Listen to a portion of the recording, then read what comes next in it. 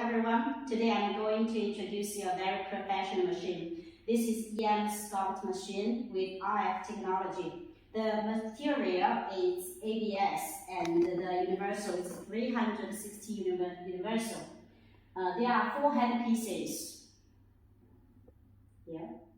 And this one can be used for different parts of people.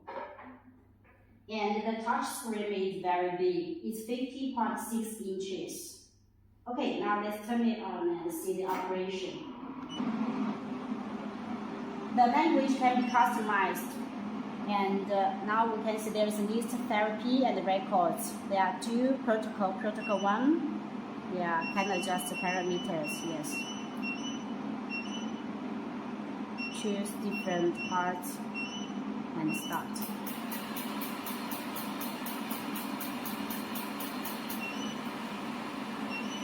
And the prototype 2.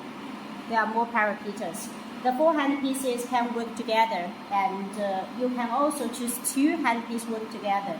The RF function can be turned on and turned off, depend on you. Okay? These parameters are adjustable too.